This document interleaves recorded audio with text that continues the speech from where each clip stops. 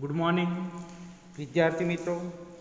ધોરણ 10 સામાજિક વિજ્ઞાન પ્રકરણ 4 ભારતનો સાહિત્યિક વારસો. આજે આપણે બ્રાહ્મણ ગ્રંથો વિશે વાત કરીશું. વેદોના મંત્રોનો અર્થ સમજવા માટે તેના પર પદ સ્વરૂપમાં રચાયેલી કેટલીક ટીકાઓના બ્રાહ્મણ ગ્રંથોમાં સમાવેશ થયો છે. એમાં જુદા જુદા યજ્ઞો અને તેને લગતી વિધિઓ માટેનું જે માર્ગદર્શન આપવામાં આવેલું છે બ્રાહ્મણ ગ્રંથોની અંદર. તો પહેલાં આપણે આરણ્યકો વિશે વાત કરીશું. આર્યો તેમના જીવનનો જે અંતિમ સમય જે છે એ અરણ્યમાં એટલે કે જંગલોમાં જઈને ગાળતા હતા. વન અથવા તો અરણ્યોમાં આશ્રમ બાંધીને સતત ચિંતન કરીને રચાયેલા તત્વજ્ઞાનથી ભરપૂર એવા સાહિત્યને આરણ્યકો કહેવામાં આવે છે. બરાબર. તો આ જે તત્વજ્ઞાન છે એ જીવનના અંતિમ સમયની અંદર પોતાના વિચારોને ભરપૂર રીતે સાહિત્ય લખેલું છે. તો એને આપણે આરણ્યક ગ્રંથો કહી શકીશું. ત્યાર પછી વેદાંત વિશે વાત કરીએ તો આ સાહિત્યની અંદર કર્મકાંડો ઉપરાંત જ્યોતિષ, વ્યાકરણ, ખગોળ શાસ્ત્રનો સમાવેશ કર્યો છે. આપણને ખબર છે કે બધા શાસ્ત્રોની અંદર ખગોળશાસ્ત્ર સૌથી પ્રાચીન છે, સૌથી જૂનું શાસ્ત્ર છે એવું કહી શકાય. ભારતમાં 2 મહાકાવ્યો છે, રામાયણ અને મહાભારત. તેઓ પ્રાચીન ગ્રંથો છે. મહાકાવ્યનું વર્તમાન સ્વરૂપ આપણે જોઈએ તો ઈસવીસનની 2જી સદીમાં મળી આવ્યું છે. રામાયણમાં અયોધ્યાના રાજવી રામચંદ્રજીની કથા છે. આ મહાકાવ્ય મહાભારત કરતાં ઘણું બધું નાનું છે. એટલે મહાભારત મોટું છે અને રામાયણ નાનું છે. તેમાં અનેક દિલચસ્પ ઘટનાઓ તથા સાહસોનું વર્ણન કરેલું છે. મહાભારતમાં લગભગ 1 લાખ જેટલા શ્લોકો છે. તે વિશ્વનું સૌથી મોટું કાવ્ય ગ્રંથ છે. પાંડવો અને કૌરવો વચ્ચે થયેલું યુદ્ધ તેનો મુખ્ય વિષય છે. તેમ છતાં તેમાં અનેક નાની મોટી વાર્તાઓ પણ જોડી દેવામાં આવી છે. મહાભારતના શ્રીમદ ભગવદ્ ગીતામાં ગહન દાર્શનિક પ્રશ્નોનું વિવેચન કરવામાં આવ્યું છે. તેમાં મોક્ષ પ્રાપ્તિના 3 માર્ગોની વાત કરી છે. જ્ઞાન, કર્મ, ભક્તિ માર્ગનું વિવેચન કરવામાં આવેલું છે. રામાયણ અને મહાભારત બંને મહાકાવ્યો સદીઓ સુધી કરોડો લોકોના વિચારો અને સાહિત્યના સર્જન પર ગહન પ્રભાવ પાડ્યો છે. ભારતમાં સંસ્કાર સિંચનનું પ્રેરક કાર્ય કરે છે એવું પણ કહી શકાય.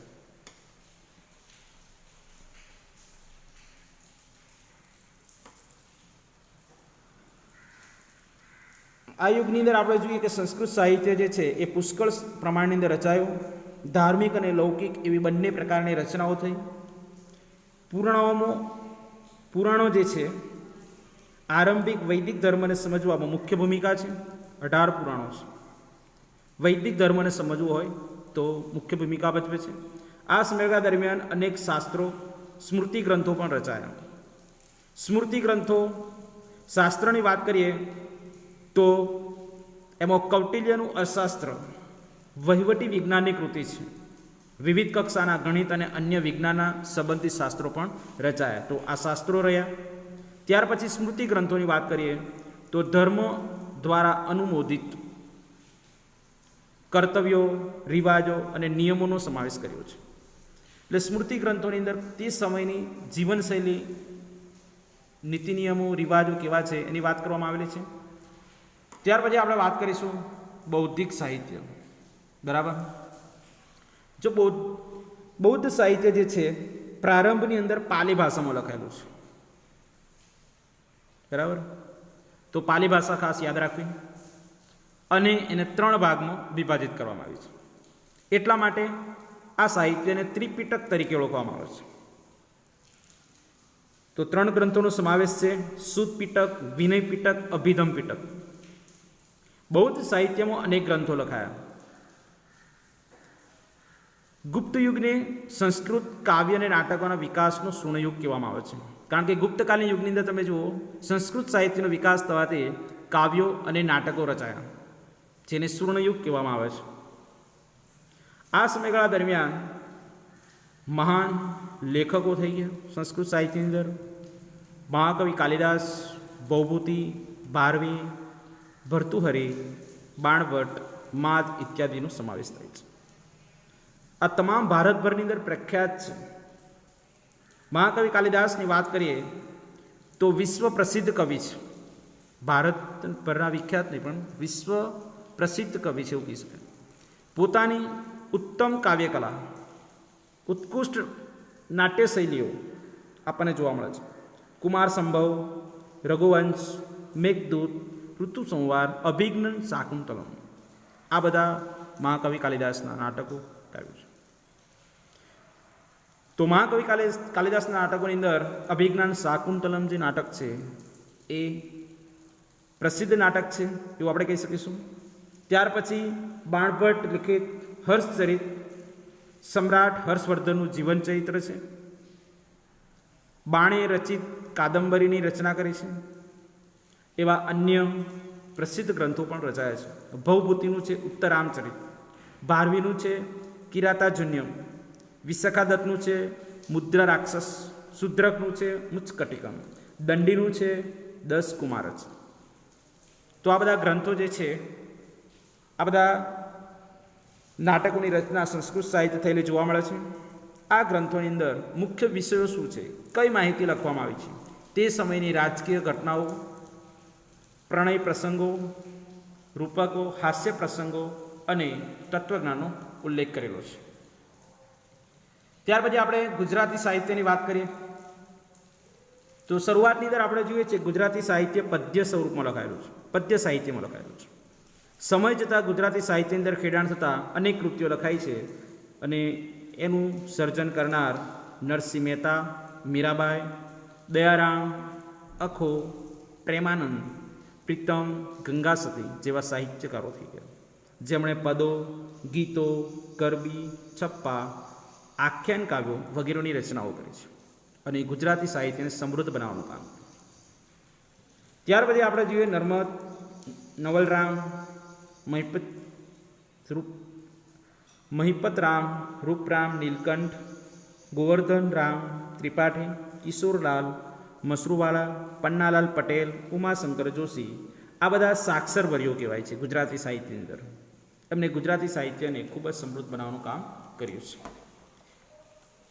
ત્યાર પછી આપણે જોઈશું આગળ તમિલ સાહિત્ય વિશે.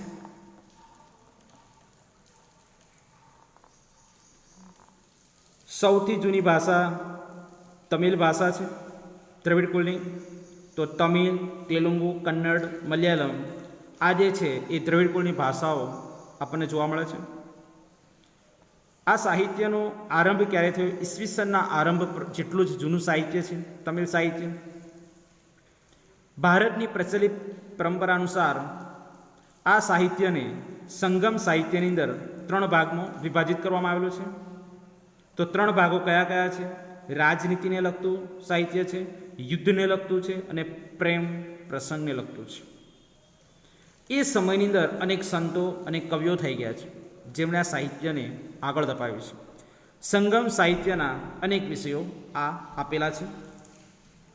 હવે સંગમ સાહિત્યની અંદર પ્રસિદ્ધ ગ્રંથ છે 8 કાવ્યનું સંકલન, એ તુથોઇક મહત્વનો ગ્રંથ છે.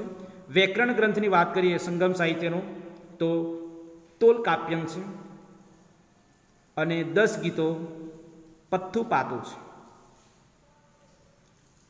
એ સમયના એક કવિ જે વિખ્યાત કવિ છે તિરુવલ્લુવરે, જેને કુરલ ગ્રંથની રચના કરી છે.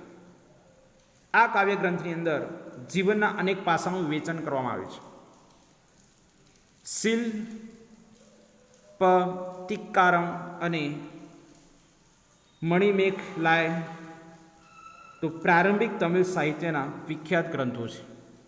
તો અહીંયા તમને સંગમ સાહિત્ય વિશે માહિતી આપો અથવા તો તમિલ સાહિત્ય વિશે માહિતી આપો એવી રીતે જો પ્રશ્ન પૂછાય તો તમારે આ જે પેરેગ્રાફ જે અહીં આપેલો છે એના વિશે માહિતી લખવાની છે. કોઈ નાનો પણ પ્રશ્ન સંગમ સાહિત્યને લગતો બની શકે છે. તો જય હિન્દ વિદ્યાર્થી મિત્રો, અહીંયા સુધી આપણે જોઈશું. ફરી આપણે નવા તાસમાં મધ્યકાલીન સાહિત્ય વિશે વાત કરીશું.